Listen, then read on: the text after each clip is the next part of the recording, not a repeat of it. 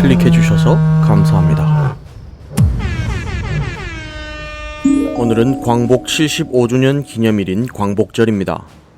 그래서 이 광복의 의미에 대해서 이야기를 해볼까 합니다. 되도록 영상을 끝까지 봐주시기 바랍니다. 후하! 매년 우리는 광복절을 기념합니다. 국가지정 공휴일이죠. 광복의 사전적 의미는 빛광, 회복할 복, 빛을 되찾은 날, 즉 빼앗긴 주권을 되찾은 날입니다. 그런데 사실 그 광복의 의미는 5년 만에 퇴색되었습니다. 남북이 갈라져 전쟁을 시작한 지 70년이라는 세월이 흘렀지만 아직도 우리는 휴전 상태에 머물러 있을 뿐입니다.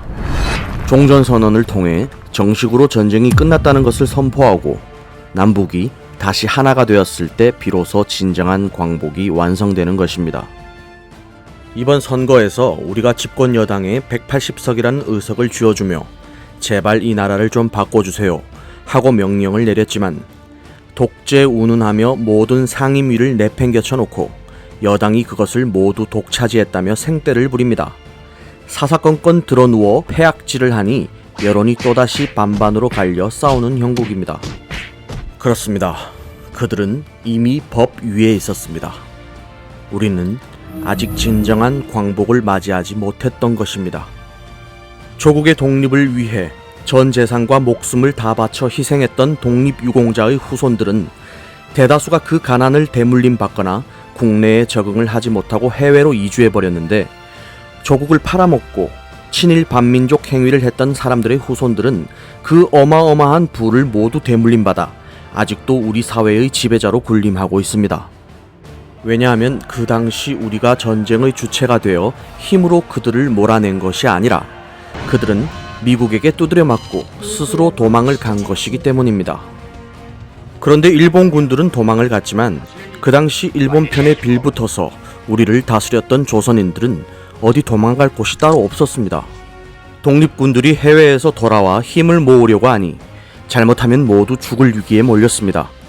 그래서 그들은 갑자기 미국의 편에 들러붙어 이 나라를 두 동강 내어버립니다.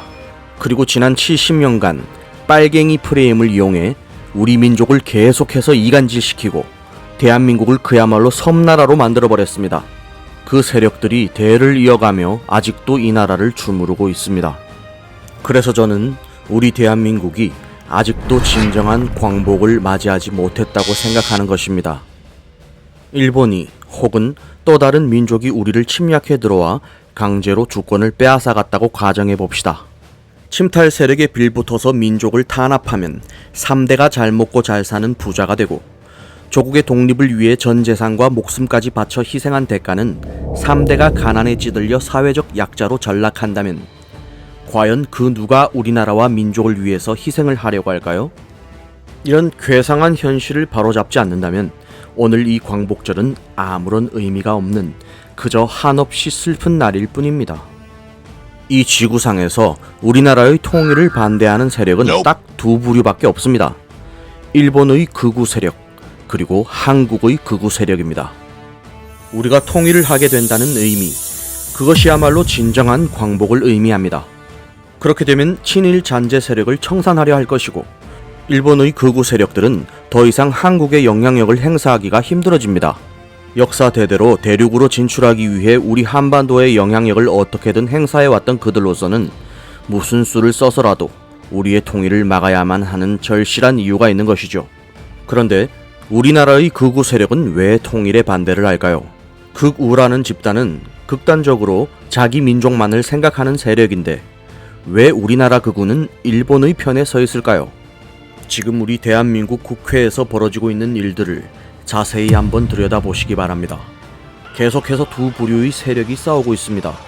진보와 보수, 좌파와 우파로 포장되어 있지만 정확하게 뜯어보면 그렇지 않습니다. 여당에는 좌우가 모두 보이는데 야당에는 좌도 우도 아닌 일본이 보입니다. 민족주의와 반민족 세력의 싸움, 그야말로 독립군과 친일파의 싸움이 아직까지도 이어지고 있는 것입니다. 실제 숫자로는 상대도 되지 않는 다수와 소수가 맞붙고 있지만 언론을 통해 바라보는 그들의 싸움은 계속해서 반반처럼 보입니다. 왜 그런 착시 효과가 일어날까요? 그들이 언론을 지배하고 있기 때문입니다. 한국의 듣도 보도 못한 언론사에서 기사를 써내면 외국의 듣도 보도 못한 언론사에서 그 기사를 받았습니다.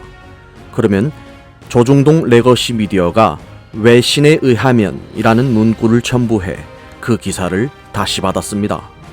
의도를 가지고 누군가 그렇게 만들어낸 기사인데도 대중들에게 진실은 중요하지 않습니다. 그저 우르르 몰려가서 씹고 뜯고 맛보고 즐깁니다. 돈을 뿌리면 여론을 만들 수 있고 세상을 움직일 수 있습니다. 그렇다면 과연 그 돈은 누가 뿌릴까요? 지금의 정권에 의해 감옥에 가 있는 분들, 그리고 곧 감옥에 가실 분들, 그들에겐 어마어마한 자금과 세력이 있습니다. 만약 당신이 그렇게 많은 돈과 세력이 있다면 그냥 감옥에서 그렇게 죽을 때까지 갇혀 지내실 건가요? 정권을 바꾸면 그들은 곧바로 특사로 풀려날 수 있습니다. 가진 돈 모두를 쏟아부어서라도, 일본이 아니라 악마와 동맹을 맺어서라도 이 정권을 무너뜨리려고 노력하지 않을까요? 모든 것이 결국 돈의 힘이었습니다. 독립군의 후손들은 돈이 없어서 가난을 대물림 받았고, 친일 반민족 세력의 후손들은 부와 권력을 대물림 받아 아직도 떵떵거리며 잘 살고 있습니다. 우리가 통일을 이루고 선진국으로 한 발 더 나아가기 위해서는 일본의 극우 세력과 입장을 함께하는 저들 모두를 깨끗하게 청산을 하고 가야 합니다. 그리고 목숨을 건 반발을 각오해야 합니다. 왜냐하면 지금 부와 권력을 가진 그 사람들의 입장에서는 도대체 이해를 할 수가 없기 때문입니다. 할아버지가 물려준 재산이 많은 게 왜 내 잘못이냐? 나는 태어날 때 그렇게 태어났고 친인을 내가 한 게 아닌데 왜 자꾸 나한테 죗값을 물어? 라고 생각하며 그것을 문제 삼는 정권의 사상을 공격합니다. 빨갱이 집단이 대한민국을 공산화하려 한다. 수단과 방법을 가리지 않고 막대한 자금을 퍼부어 이 정권을 무너뜨리기 위해서 노력할 것입니다. 통일의 발판을 마련할 아주 중요한 기회였던 하노이 북미 회담이 존 볼턴이라는 인물의 회방에 의해 망쳐졌다는 비하인드 스토리는 설마했지만 아이러니하게도 회고록을 통해 그가 스스로 자신이 친일파라고 고백을 하면서 세상에 드러나 버렸습니다. 북한보다 더 위험한 우리의 주적은 바로 일본의 극우 세력들이었습니다. 그래서 그들의 입장을 대변하는 토착 왜구들이 틈만 나면 주적 타령을 하는 것입니다. 우리의 주적은 누구입니까? 북한을 주적이라 당당하게 말하지 못하면 당장 빨갱이로 몰아붙일 명분이 생기고 그들 자신은 적에서 제외가 되어버리며 오히려 빨갱이를 무찌르는 투사로 여겨지니 일석삼조의 효과를 누릴 수가 있는 것이죠. 기회는 평등, 과정은 공정, 결과는 정의롭기 위해서는 먼저 이 광복절의 의미부터 제대로 바로 세우고 나가야 합니다. 기회주의자들, 불의와 타협한 악의 세력들이 더 잘 먹고 잘 사는 세상에서 친일파의 후손들은 모든 분야의 유력 인사가 되어 떵떵거리며 갑질을 하는데 조국과 민족을 위해 모든 걸 다 바친 독립투사의 자손들은 가난을 대물림받아 교육조차 제대로 받지 못하는 나라에서 도덕과 정의와 평등을 이야기한다는 것은 그야말로 모순입니다. 대한민국 사람들이 요즘 화가 많이 나 있는 근본 원인이 바로 이 부조리에서 출발하고 있습니다. 어른들은 항상 거짓말과 부도덕한 잘못을 저지르면서 아이들에게 거짓말을 하지 마라, 착하게 살아야 한다 라고 가르치니 그 아이들은 불만과 화가 계속해서 쌓이게 되고 그럼 그 스트레스를 어디 가서 풀까요? 그래서 요즘 아이들이 모두 게임과 유튜브에 몰입합니다. 거기서라도 온갖 욕설과 패드립을 쏟아내야 그나마 그 어른들에 대한 화가 조금이라도 해소되는 것입니다. 누군가 조그마한 도덕적 흠집이라도 보이면 그 사람에게 무섭게 달려들어 물어뜯는 이유가 바로 그 왜곡된 도덕적 강박관념에서 비롯됩니다.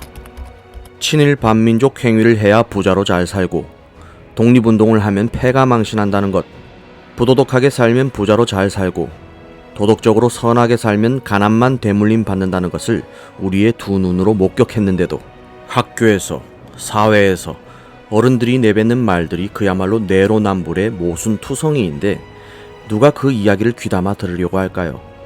우리나라가 지금 심각하게 병들어 있는 근본 원인이 바로 여기에 있습니다. 본래 착하고 선하고 정의로운 우리 한민족이 서로를 물어뜯고 싸우는 이유도 바로 여기에 있습니다. 그리고 사람들이 정치를 혐오하는 이유도 바로 그들이 그렇게 만들었기 때문입니다. 정치가 세상을 바꾸는 도구라는 것을 알게 되면 사람들이 정치에 많은 관심을 가지게 되니 지배하기가 힘들어집니다.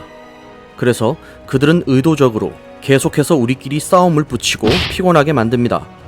정치라고 하면 진절머리가 난다고 고개를 흔들며 관심을 가지지 않아야 지배하기가 수월하거든요. 지난 75년, 아니 수천 년 동안 반복되어 온 역사입니다. 가끔 뛰어난 지도자가 등장해 그 원인을 제거했을 때 한반도가 비약적인 발전을 이루었고, 자각하지 못한 채 끌려다녔을 때엔 나라를 통째로 빼앗겨 지배를 당하기도 했었습니다. 조선시대 가장 훌륭한 성군으로 회자되는 세종대왕 시절, 태평성대를 이루고 국가의 비약적인 발전을 이룩할 수 있었던 원인은 아버지 이방원이 피의 숙청으로 정적의 3대까지 모두 제거했기 때문입니다. 그들을 청산하지 못하면 우리는 영원히 광복을 맞이할 수 없습니다. 당장 상처 부위를 도려낼 땐 당연히 아픕니다. 고통이 없을 수가 없죠. 그래도 계속해서 달고 살다가 죽는 것보단 당장 아프더라도 완벽하고 깔끔하게 잘라내고 가야 건강한 새로운 삶을 살 수 있습니다.